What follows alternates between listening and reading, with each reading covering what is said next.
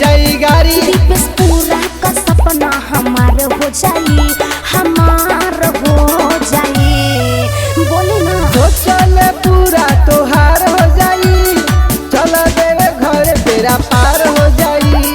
गोदिया में बबुआ तोहार हो जाई, चल देवे घर बेरा पार हो जाई।